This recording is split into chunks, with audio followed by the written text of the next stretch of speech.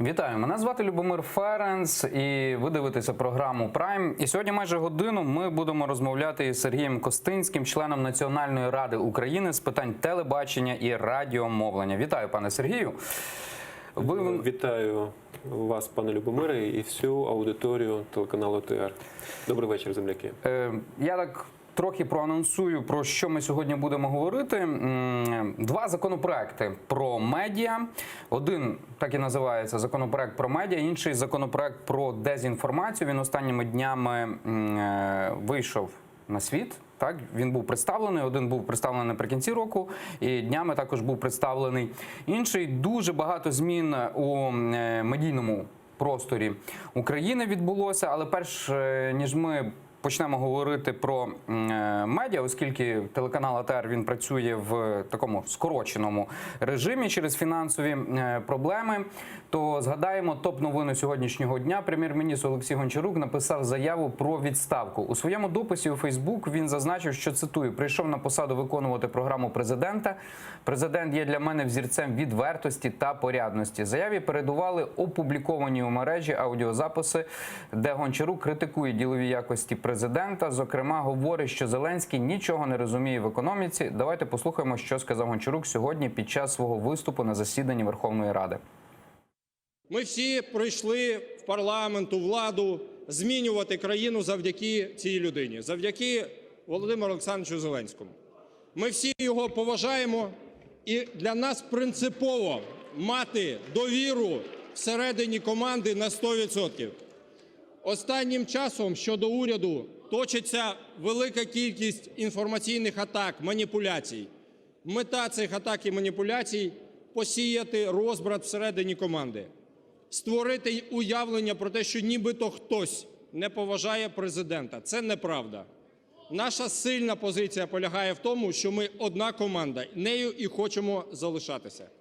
Тому уряд України продовжує працювати в штатному режимі до того моменту, поки президент не прийме рішення, хто на якій позиції в команді великій може працювати. Це політичне рішення, яке ми очікуємо від лідера нашої політичної сили. Шановні друзі, дорога фракція, я дуже вдячний вам за ту роботу, яка вже зроблена. Ми дуже багато з вами зробили, щоб в цьому році українці жили краще. Ну, якщо говорити про юридичну сторону питання, то заява на звільнення, вона подається до Верховної Ради за українським законодавством, а не президенту України. А це юридична казуїстика, вона є важлива. На загал, як ви прокоментуєте ситуацію з Олексієм Гончаруком і вже встигли охрестити цю ситуацію з ним Гончарук Лікс, так? Витік цієї інформації, його записали на одному з зібрань 16 грудня, де були присутні також очільниця Міністерства фінансів пані Оксана Маркарова і також заступниця Національного банку України, очільника Національного банку України пані Катерина Рожкова, також міністр економіки пан Мілованов і ще там кілька людей. Ну вони, в принципі, були цей самий головний пул – 4 людей. Ну, найголовніше, я чув, поки що, здається, оприлюднено тільки два аудіозаписи. Ну, третій ще не чув, не знаю, про що там йдеться.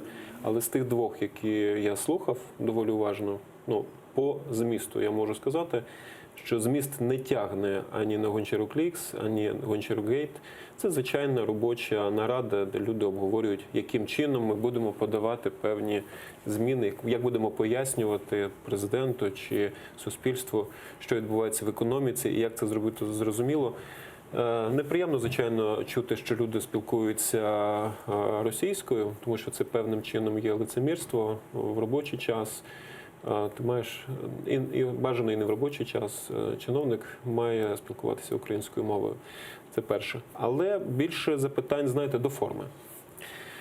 Виходить так, що такі звичайні, ну насправді надзвичайно нічого нема, звичайну нараду записують, і ці аудіозаписи потрапляють в приватні руки, і потім вони викладаються десь в акаунтах на Ютубі, в Телеграмі.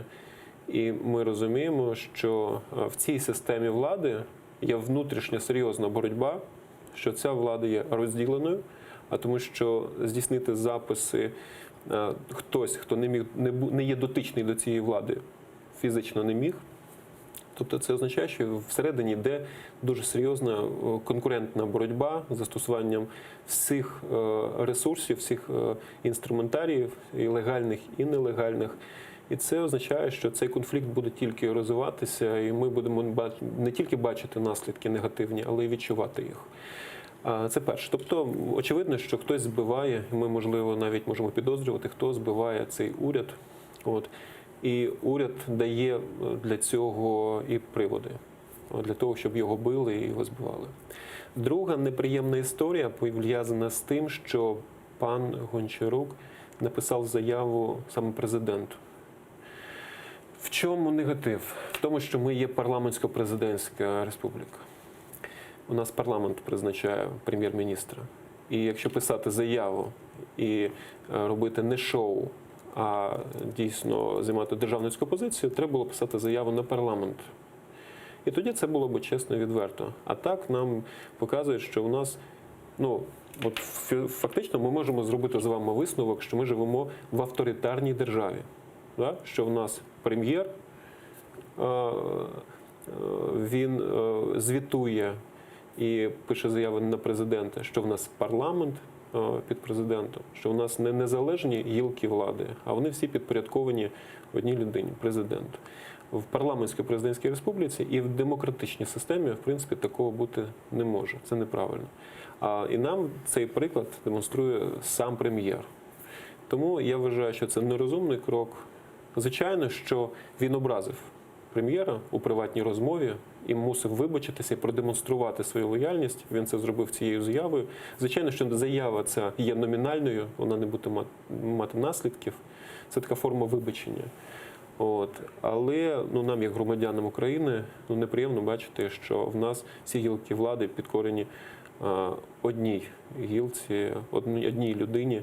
І це не дуже добре, тому що в 2014 році, в 2004 році, в 1991 році громадяни України виходили саме за демократичні республіканські цінності. Якщо говорити про медіа, так, представлений законопроект про медіа, який дуже багато має у собі пунктів, також про роботу Національної ради з питань радіо та телебачення. Його називають достатньо таким проривним законом, тому що його готували понад 7 років, з 2012 року, і на вимогу Ради Європи, так, там певної директиви. І от його тепер представили. Як ви на загал оціните цей закон про медіа? Який був представлений? Перше, щодо закону про медіа, можу сказати, що це дійсно крок вперед. І сьогодні цей законопроект є найближчий до законодавства країн Європейського Союзу в плані регулювання медіа. Він розширює предмет регулювання, це і взагалі всі медіа, вони сьогодні об'єднані поняттям сфери аудіовізуальних послуг. Тобто йдеться в тому числі і про інтернет. Але що в ньому є теж позитивного? Він надає повноважень Національній раді, про які, наприклад, я всі 4,5 роки роботи в Національній раді завжди наполягав на цьому і озвучував позицію, що Національна рада – це такий орган, який в своїй діяльності послуговується законом. Ми не можемо застосувати до порушників більше санкцій, ніж тут передбачено. Не можемо застосувати штраф, який не передбачений, або сума якого є незначною, і це виписано в законі. Для того, щоб врегулювати ситуацію, а в нас є певний хаос в медійній сфері, то, звичайно, потрібні більш жорсткі інструменти. І вони надаються Національній раді. Але знаєте, я зрозумів ще одну таку, усвідомив таку неприємну річ. Закон може бути сучасним, закон може бути проривним, закон може надавати можливість більш ефективно боротися з фейками, з мовою ворожнечі, з пропагандою, з дезінформацією. Але важливо не тільки те, які інструменти дає цей закон. Важливо, в чиї руки потрапляє цей закон. І я дуже переживаю, як буде використовуватися це законодавство для регулювання медіа. І в мене є підстави для переживання. Нещодавно, буквально, я був в ефірі телеканалу «Прямий» і відповідав на запитання і ведучих, і гостів ефіру.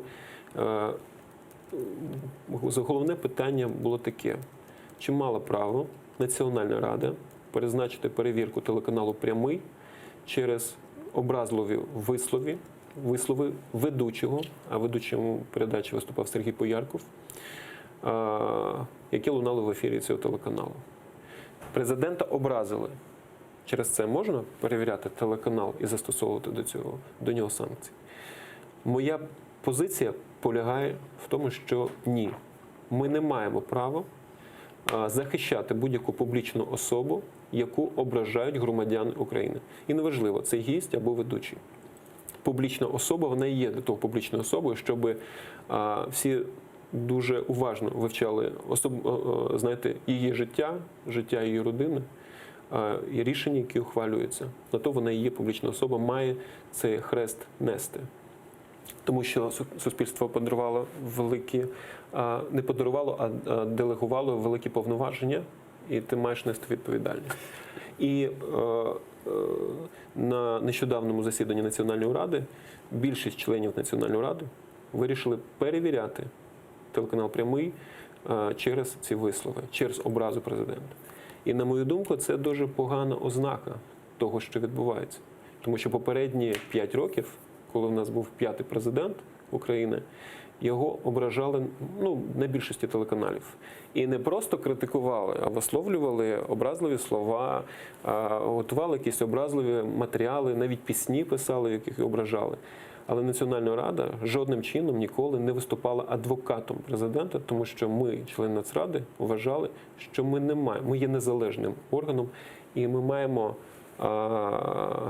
якщо публічна особа ображена, якщо цей матеріал зачіпає її честь і гідність, вона має звернутися до суду і через суд довести, що цей телеканал і цей ведучий порушили його права. І вже потім, якщо рішення суду є на користь позивача, то Національна рада забезпечить виконання цього рішення, тобто телеканал має принести свої вибачення і спростувати цей матеріал. Це нормальна цивілізована європейська практика, і вона застосовувалася 5 років. І тут вперше, після того, як було ображено президента України, чинного, Національна рада призначає перевірку телеканалу. Вважаю, що це погана ознака, і тепер я думаю, що яким би не був прекрасним закон, і які б він проривні норми не встановлював у сфері регулювання, головне питання, як ці норми, як ці інструменти буде використовувати регулятор. Чи не буде він використовувати для того, щоб тиснути на медіа, і чи не призведе це до згортання свободи слова. Але це поки що ознаки, подивимося, що буде далі.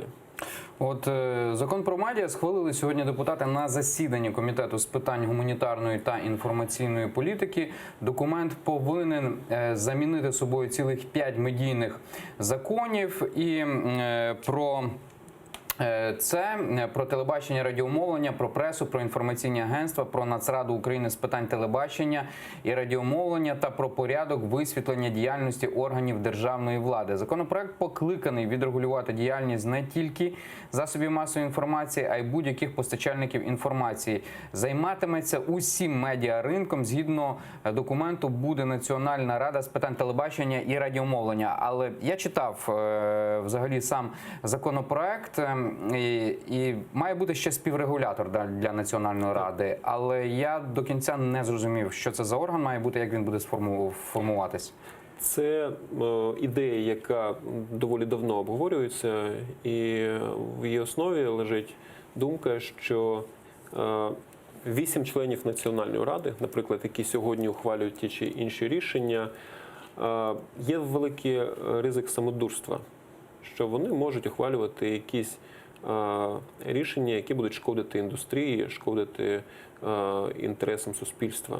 І потрібно, щоб був певний контролер, від суспільства, від громадян, які будуть дотичні до ухвалення цих рішень, які будуть забезпечувати більшу прозорість ухвалення рішень. І ця ідея нарешті знаходить своє втілення. Ви вітаєте таку річ? Я вітаю. Я вважаю, що Національна рада, знаєте, дійсно дуже складний орган. Підхід авторів цього органу, він полягав в тому, що можна було створити щось на кшталт міністерства з одним міністром. І міністр сам одноосібно вирішує, кого караємо, кому даємо зелене світло. Але наші конституціалісти, а Нацрада є конституційним органом, вони вирішили, що 8 членів Національної ради, 4 з них призначаються президентом, 4 призначаються парламентом, мають у складній дискусії вирішувати долі того, як буде розвиватися українські телевізійні і радійні медіа. І те, що додається ще один співрегуляторний орган, от на мою думку, він додає більшої прозорості, він додає більшої публічності, транспарентності Національній раді.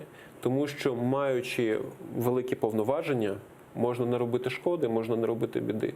Для нас дуже важливо, щоб Національна рада і захищала національні інтереси, і впроваджувала певну законодавчу рамку, в рамках якої мають працювати медіа. Але водночас Національна рада не має душити медіа, не має згортати свободу слова в Україні. І я думаю, що цей співрегуляторний орган має додати більше фаховості, більше кваліфікації в роботі Національної ради, більше ідей, візій і водночас забезпечити так, щоб Національна рада ніколи не ухвалювала ганебних рішень. А такі рішення періодично, звичайно, з'являються. Закон про медіа, так як я сказав, схвалили сьогодні депутати на засіданні Комітету з питань гуманітарної та інформаційної політики. Буде винесений у парламент. Однак зареєстрований ще один закон про медіа. Він є альтернативний до цього, який сьогодні схвалили на комітеті. І його внесли кілька депутатів від партії Європейська, від фракції Європейська Солідарність. Зараз з нами на зв'язку один з авторів альтернативного законопроекту про медіа Микола Княжицький. Вітаю, пане Миколо. Чи чути нас? Так, чути вас, вітаю вас. Пане Миколо, от я цитую те, що написано, те, що ви сказали, так, у своїй сторінці у мережі Facebook.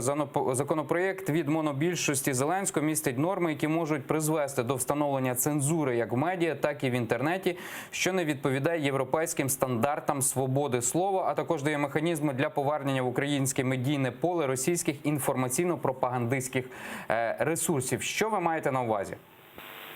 Ну, наш законопроект загалом базується на тому ж розробленому, який розроблявся вже понад 5 років в законопроекті про аудіовізуальні засоби масової інформації, що в новому читанні розглядали. І багато з його норм увійшли в законопроект, запропонований більшістю. Це справді була проведена велика робота, і в цьому законопроекті багато позитивних норм, але є такі, які нас, безумовно, не влаштовували.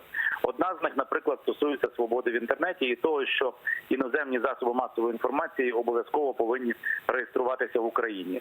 Ну, не буде і не повинна, з нашої точки зору, New York Times чи Wall Street Journal реєструватися в Україні. Думаю, що це помилка. Натомість наше побажання, щоб в законі регулювалася прозорість медіафінансування, не була врахована, а ми вважаємо, що важливо не лише знати, хто власник того чи іншого засобу масової інформації, а й хто його фінансує, бо ми бачимо багато засобів масової інформації нібито українських, які працюють на країну-агресора і, можливо, отримують фінансування з країни-агресора. Це саме стосується і прозорості власності. Ми вважаємо, що мають бути механізми регулювання Національної ради в тому випадку, якщо медіа не довело прозорості своєї власності. В законопроекті, запропонованому більшості, цього не було. І, звичайно, дуже важливий пункт, який фактично скасовує ту систему контролю за представниками країни-агресора, яких можуть показувати або пропагувати українські канали. Ми випрацювали за останні 5 років досить ефективний механізм, який складається з декількох способів такого контролю. Один з них – це так звані списки тих, хто становить загрозу національній безпеці, які складаються СБУ і Національною радою, і РНБО, друкуються на сайті Міністерства культури. Законопроект спрощує цю норму і каже, що не можуть пропагуватися лише ті, хто не системно порушив український закон. Тоді як ми вважаємо, що в умовах війни той, хто навіть не системно порушує цей закон, не повинен пропагуватися на українських каналах. Це основні пункти, які відрізняють наш законопроект від законопроекту більшості. Хоча загалом в цьому законопроекті, який подала більшість, є багато позитивних моментів теж. Я дякую Миколі Княжицькому, народному депутату України, фракція «Європейська солідарність». Я трохи вже зачепив цей аргумент. От зараз телеканал «Атар» він переживає так фінансові труднощі. Цільовою аудиторією є Кримський півострів. Дуже багато цей канал говорить про Крим. І на початку року, здається, ще одна новина дійшла до глядачів українських. ЮА-ТВ – це телеканал, основним завданням якого є пропагувати Україну у світі. Кожна країна, більшість принаймні, не кожна, але більшість має такий канал, який розказує про свою країну. Зовнішньої аудиторії, іноземній аудиторії, на там не знаю, на англійській мові, на французькій, на німецькій чи, наприклад, на арабській. І зараз цей канал має бути переформатований. Він має запускатися у лютому місяці. І основна ідея цього каналу є трансляція на окуповані території. Канал, він перебував юридично під Міністерством інформаційної політики. Здається, зараз його перепорядкували під Міністерство молоді та спорту, так? Наскільки мені відомо. Чи планується передати його туди? Я поясню цю історію. Я хочу повернутися, перше за все, до питання, яке озвучив пан Микола Княжицький. Він сказав дуже важливі речі. Я хотів би прокоментувати, а потім ми перейдемо до телеканалу «Іномовлення». Шановні колеги, перше, що ми почули від пана Миколи, полягає в тому, що іноземні медіа не мають реєструватися на території України. Я в цьому пункті не погоджуюся з колегою. Питання в тому, що я відповідаю в Національній раді за блок моніторингу всіх медіа, в тому числі і іноземних, які приходять, отримують або не отримують дозволи Національної ради на мовлення в Україні. Ми зафіксували і вже фіксуємо багато років таку ситуацію, коли російський бізнес, російські медіа отримують ліцензії на території Європейського Союзу і намагаються потрапити на український ринок під виглядом німецького, іспанського, латвійського телеканалу. Мова трансляції є російською. Фільми радянські або російські, або іноземні, але озвучені. А таких багато спроб було? Дуже багато.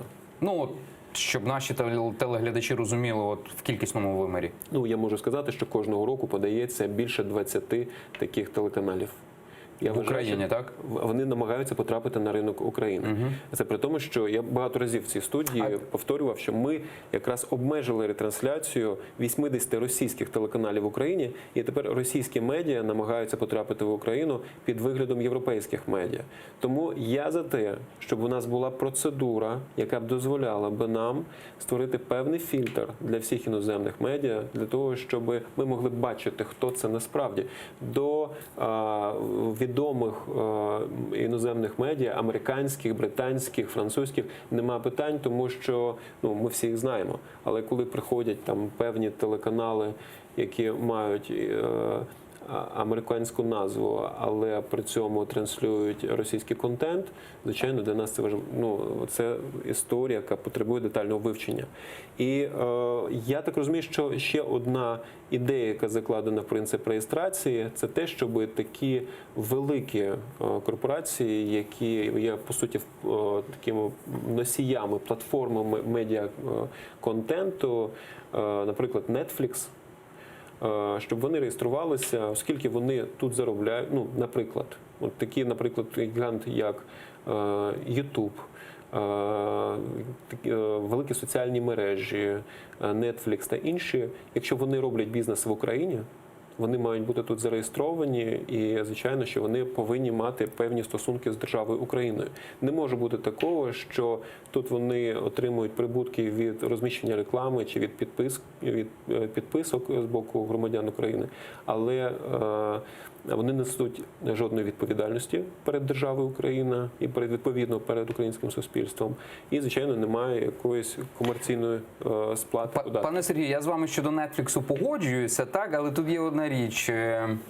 Я говорив на свята з моїм товаришем студентських років, з яким я вчився в Європі, і ми там щось говорили про Netflix і так далі. І коли ми підняли це питання, він каже: о, так вас, мовляв, українців, ви ж купляєте типу підписку на Netflix? Та я кажу: та ні, та ніхто підписку на Netflix не купляє, всі фільми дивляться на піратські. Так, ну це абсурдні речі, які не зрозумілі для європейців. Україна є піратською країною, так. Так, Україна є піратською країною, і цього ніхто не заперечує.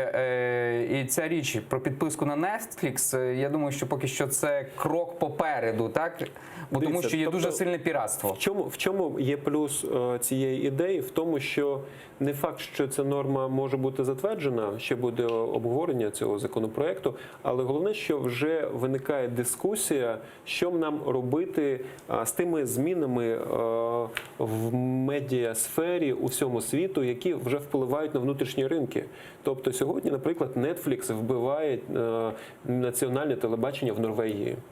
Норвежці підписуються на Netflix, і вони не хочуть вже дивитися норвезьке суспільне мовлення, тому що вони розуміють англійську мову прекрасно, в них все в порядку, і відповідно вони можуть кожен вечір, кожен день дивитися якісь розважальні передачі або фільми. У Франції впроваджуються закони. Я розумію норвежців, я там був тиждень, там всі телебачення показують з англійськими титрами, і повірте мені, телебачення, ну там нічого такого не трапляється, як в Україні. Netflix зараз розміщує вже російськомовні фільми і так далі. Тобто це несе певну і загрозу внутрішньому ринку, і звичайно, що будь-яка держава має на це реагувати.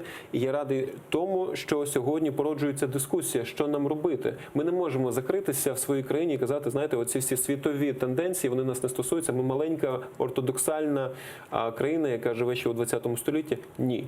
Ми сучасна країна, наші громадяни дуже активно користуються можливостями інтернету, і тому держава має зрозуміти сьогодні, як нам регулювати ці зміни. Але з чим я погоджуюся з паном Миколою? Пан Княжицький сказав дуже правильну річ. На сьогодні дуже важливо, і я це кажу як експерт у цій сфері, як член Національної ради, дуже важливо на сьогоднішній день досліджувати джерела фінансування медіа. У нас є певна проблема з тим, що є окремі телеканали, які поширюють контент, який насправді розпалює ворожнечу, поширює фейки, які спрямовані проти української державності. Коли кожного дня в ефірі таких телеканалів з'являються спікери, які заявляють, що в нас є громадянська війна, що Росія не є стороною конфлікту, що Крим було окуповано Росією, тому що кримчани цього захотіли, що є неправдою. І кожного дня, тобто такі телеканали впливають на стан українського суспільства і на сприйняття реальністю. Вони починають розповідати про те, що, наприклад, закон про квоти на українську мову, який був прийнятий у 2016 році, змусив кримчан відділятися від України, що взагалі є повною єрісю. І якщо Національна рада реагує на контент, це те ж саме, що відрубати дракону голову, після якої з цього місця виростає ще дві голови. Кількість інформаційних телеканалів, які поширюють такий дуже неоднозначний контент, тільки збільшується. І Національна рада не зможе нічого з цим зробити, якщо вона буде боротися з наслідками. Треба дати можливість вивчати і боротися з джерелом. Тому що поки спокійно по українській землі ходять люди, які фінансують такі телеканали, такі телеканали будуть існувати.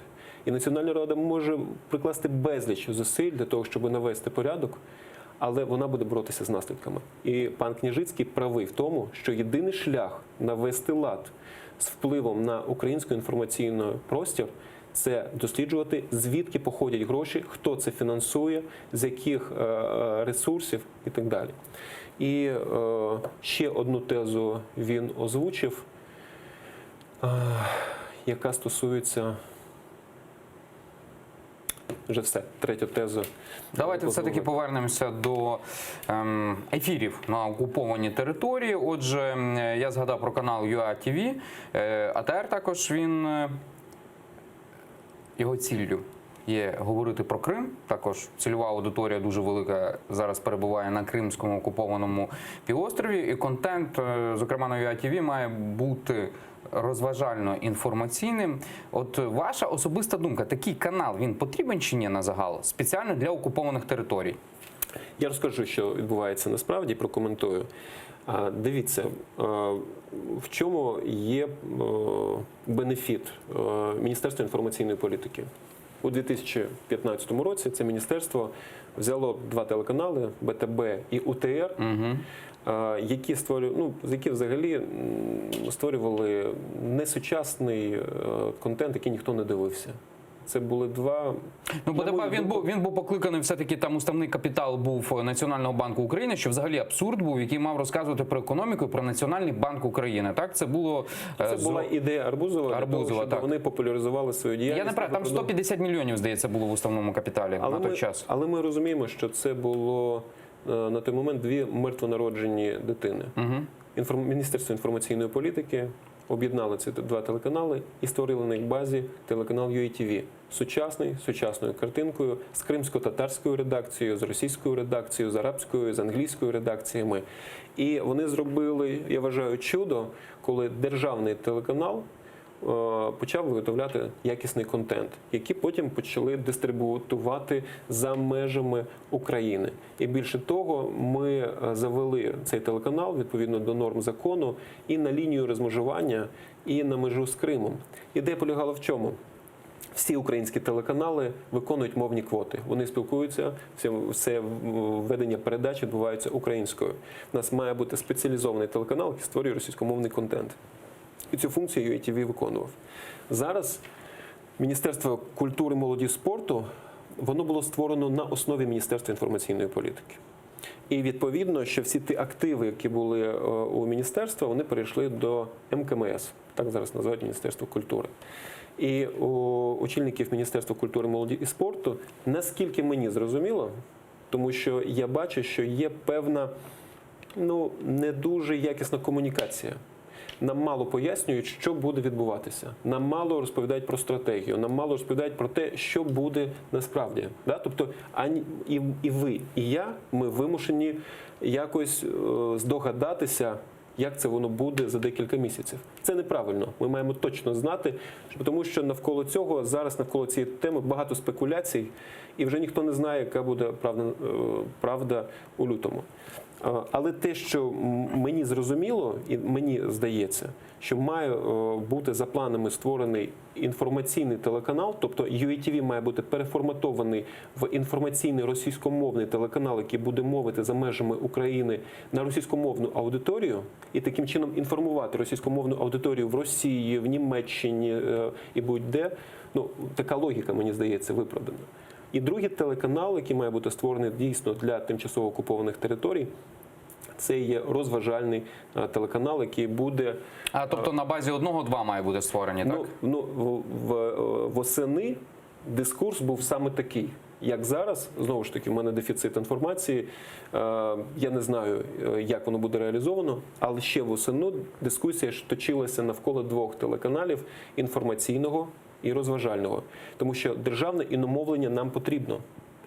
А розважальний телеканал створюється, я так розумію, для того, щоб компенсувати кодування найбільш популярних українських телеканалів. Цей розважальний телеканал буде акумулювати найпопулярніший розважальний контент, фільми, серіали, передачі, для того, щоб ефірним шляхом, завдяки цифровому телебаченню, аналоговій технології телебачення, розповсюджувати цей сигнал на підконтрольні і непідконтрольні території, на лінії розмежування, на Донецьк, на Луганськ і на територію Криму з Чонгара, з Чаплинки, зі Скадовська і так далі.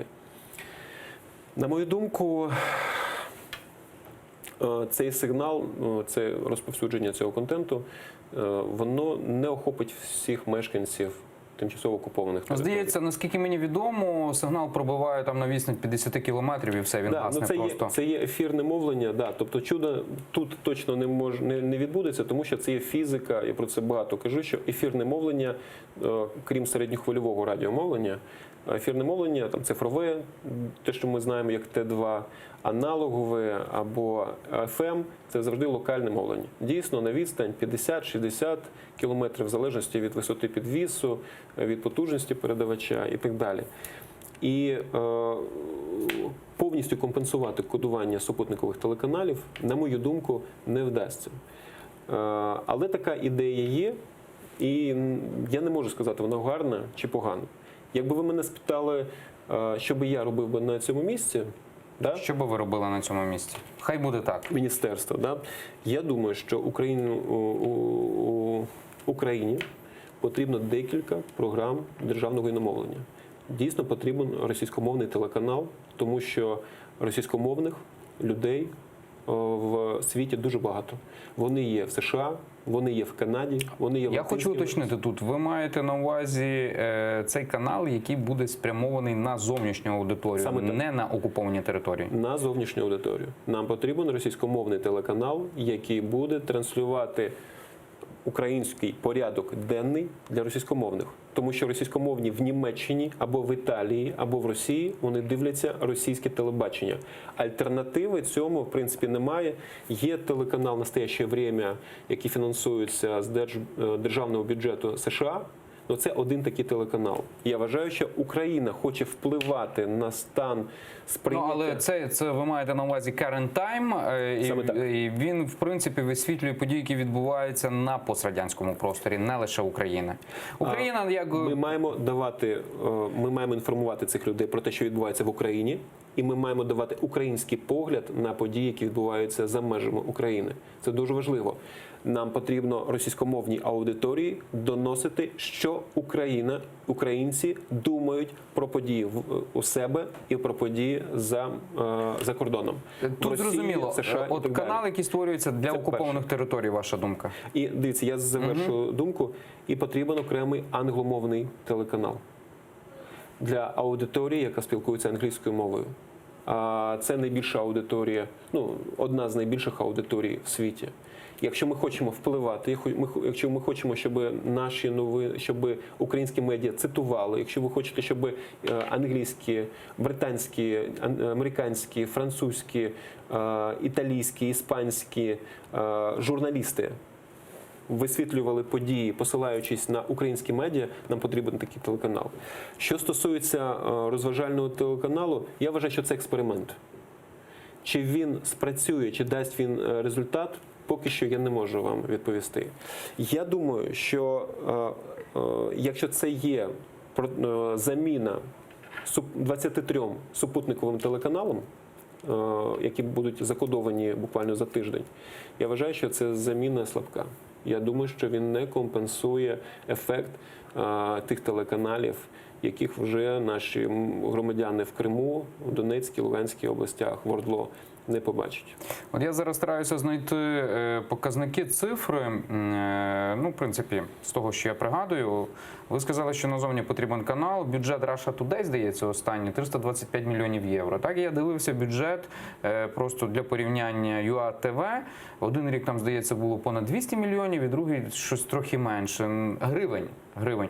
Ну, ви ж розумієте, це просто шалені кошти, щоб зробити якісний контент, який буде цікавий зовнішній аудиторії. Де їх взяти? Є відмінність між RT і UATV. RT все ж таки йде за принципом локалізації. Коли вони приходять у Францію, його практично неможливо відрізнити від будь-якого іншого французького телеканалу. Чому? Вони висвітлюють події у Франції, але з російської точки зору. Тобто вони розповідають не стільки про Росію, скільки вони подають російську точку зору на події у Франції. Звичайно, це вимагає більше коштів, тому що вам потрібно там мати редакцію, вам потрібно наймати французьких журналістів і так далі. Але коли ми говоримо про класичне, стандартне іномовлення, коли ми створюємо студії, в яких журналісти розповідають про події в Україні у всьому світі, і мова не йде про локалізацію в кожній країні, то звичайно, що це вимагає набагато менше коштів. Я вважаю, що за ті кошти, які всі ці декілька років виділялися на систему іномовлення, цього, в принципі, було достатньо для того, щоб робити якісний контент. Подивіться, існувала повноцінна кримсько-татарська редакція. І я вважаю, що вона має продовжити працювати. Тому що по всьому світі є велика кількість кримсько-татарських дернеків. Більше 5-7 мільйонів кримських татар живуть за межами Криму у Туреччині, у Румунії, в США, в Канаді і в інших країнах. Ми маємо звертатися до своїх земляків кримсько-татарською мовою. Була створена арабська редакція, тобто грошей вистачало на такі проекти. Тому я вважаю, що грошей завжди мало, але на ті, які виділялися, можна було і можна сьогодні продовжувати розвивати повноцінне, якісне державне іномовлення. Міністерство культури, молоді і спорту України представило законопроект про дезінформацію, спрямований для ЗМІ, засобів масової інформації на період російської агресії. Там достатньо є цікаві пункти. І спершу давайте ми послухаємо думку громадськості, а саме Галини Петренко, директорки громадської організації «Детектор Медіа». Вітаю, пані Галино. Чи чути нас? Здравствуйте, я вас чую. Да, пані Галино, як ви на загал прокоментуєте представлений закон про дезінформацію? От, наприклад, там є пропозиції достатньо жорсткі штрафувати за дезінформацію, і взагалі навіть є пункт про в'язницю за масову дезінформацію.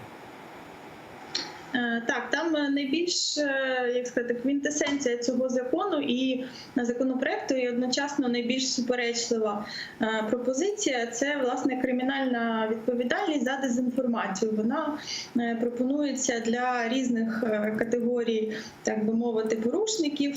Це і для працівників медіа, і для тих, хто розповсюджує дезінформацію за допомогою ботів в соціальних мережах, і для тих, хто фінансує такі операції. Особисто я вважаю, що кримінальна відповідальність за дезінформацію містить в собі більше загроз, ніж переваг, через те, що як би ми не намагалися прописати визначення дезінформації, за яке може настати таке покарання, насправді все одно під нього можна завжди підвести якусь інформацію, яка просто не сподобається владі. Якщо от пояснювати дуже спрощено. Взагалі, на вашу думку, такий закон, він потрібен? Тому що дуже багато точилися дискусій, чи потрібно його вводити, чи не потрібно його вводити. Ну і тут ще плюс до того питання, хто буде критерієм, так? Як буде визначатися оця дезінформація? Ну, на жаль, сьогодні міністерство представило концепцію законопроекту, а не текст законопроекту, через що достатньо складно говорити про конкретні норми, бо диявол завжди в деталях, і сам текст обіцяють в понеділок.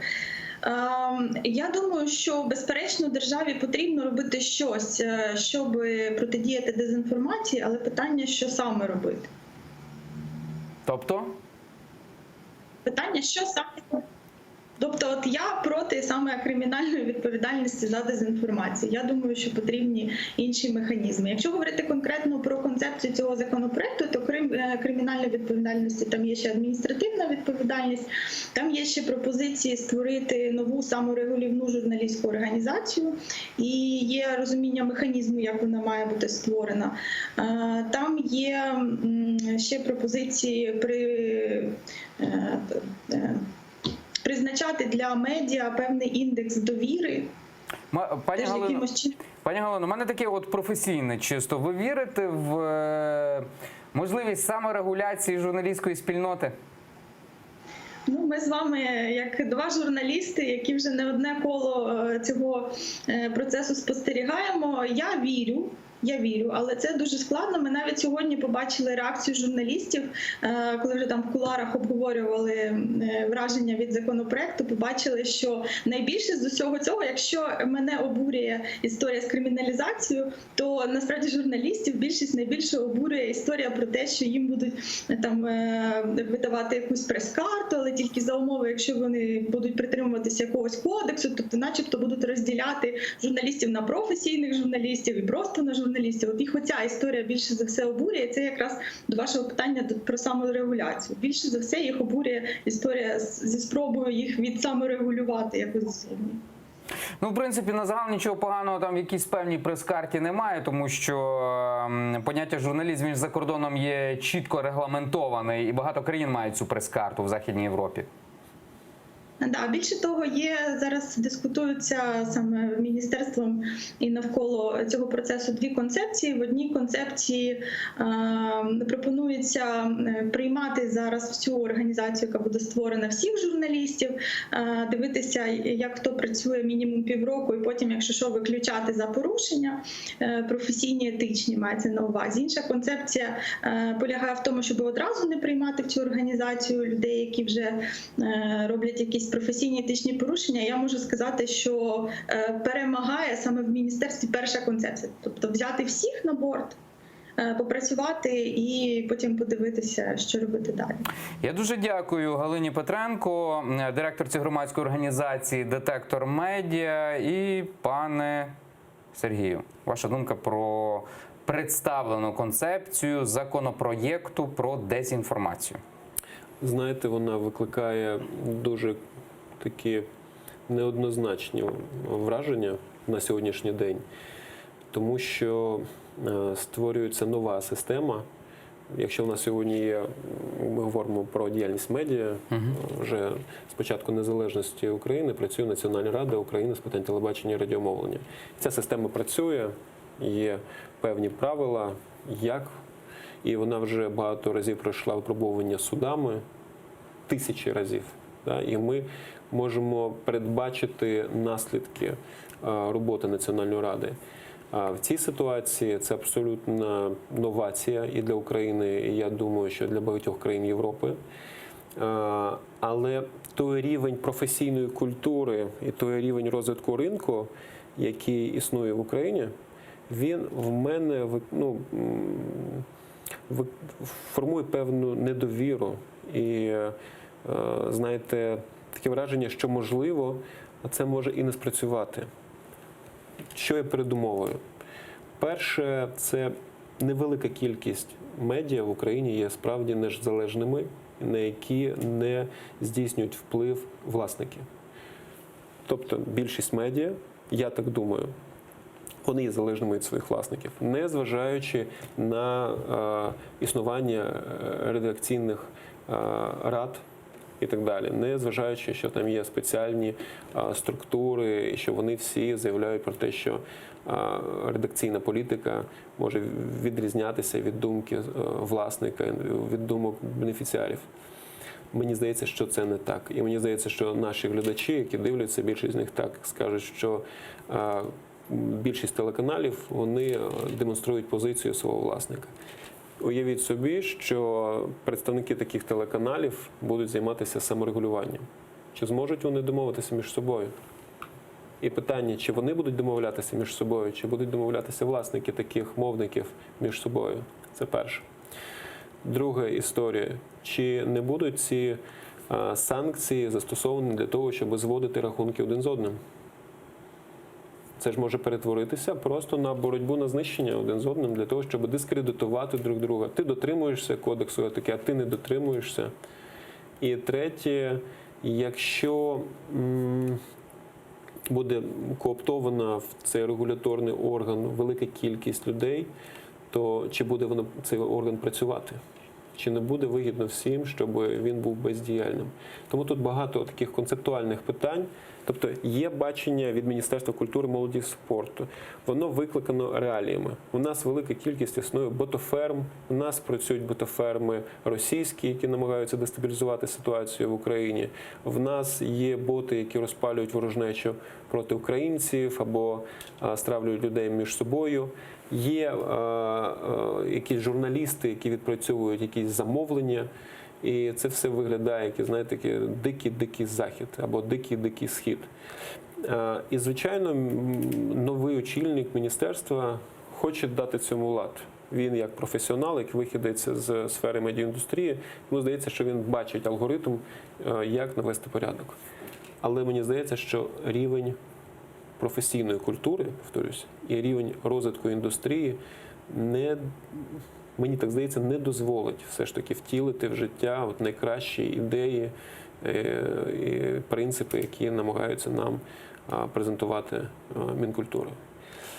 Мені здається, люди ще не готові, нам доведеться пройти ще довгий шлях. Знаєте, як в США культура поводження зі зброєю коштувала тисяч життів перед тим, як люди навчилися правильно поводитися з цією зброєю. Так само і з кримінальною відповідальністю, так само і з адміністративною відповідальністю. Це є санкції, які накладаються не на медіа, а на конкретну людину, яка поширює ті чи інші матеріали, яка є журналістом. І якщо щодо неї будуть застосовуватися такі санкції, я сподіваюся, кажу, мені здається, що наслідки можуть бути більш негативними. Тому ми побачимо закон, ми побачимо норми, і буде дуже важливо почути, знаєте, не голос члена Національної ради, а голос самих журналістів, яких будуть намагатися регулювати. Знаєте, кодекс етики був створений ще в 2014 році в Національній раді. Він у нас до сих пір, цей текст лежить. Цілий рік члени Нацради, громадськість, представники медіа працювали над тим, щоб створити цей том, де прописано принципи журналістської діяльності. Незважаючи на те, що найбільші медіагрупи брали участь в розробці цього кодексу, його, врешті-решт, ніхто не підписав.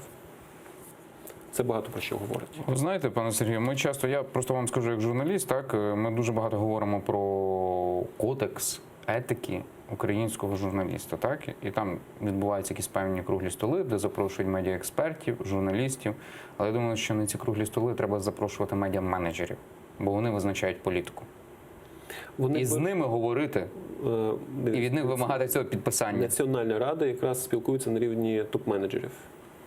Не тільки журналісти беруть участь в наших відкритих засіданнях, але і ми проводимо консультації з топ-менеджерами. І, повірте мені, було зроблено все, щоб певний цей кодекс етики був прийнятий всіма медіагрупами, всіма мовниками.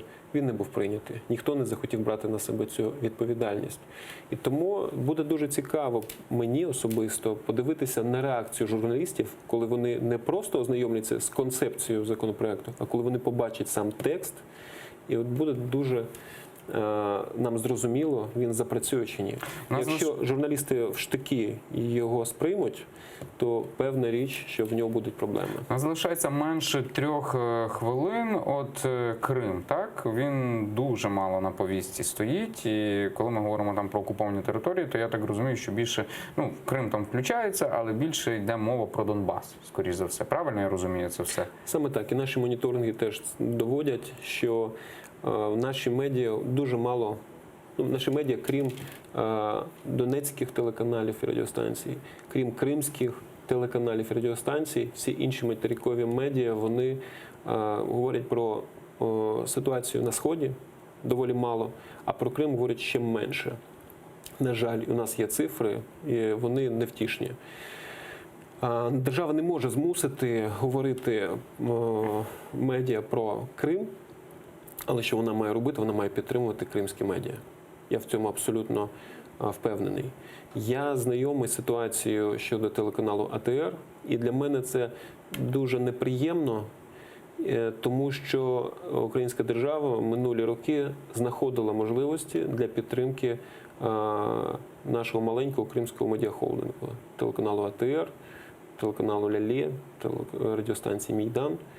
І це була правильна політика, яку я дуже вітав, і вважаю, що ми всі разом багато чого зробили, щоб це відбулося.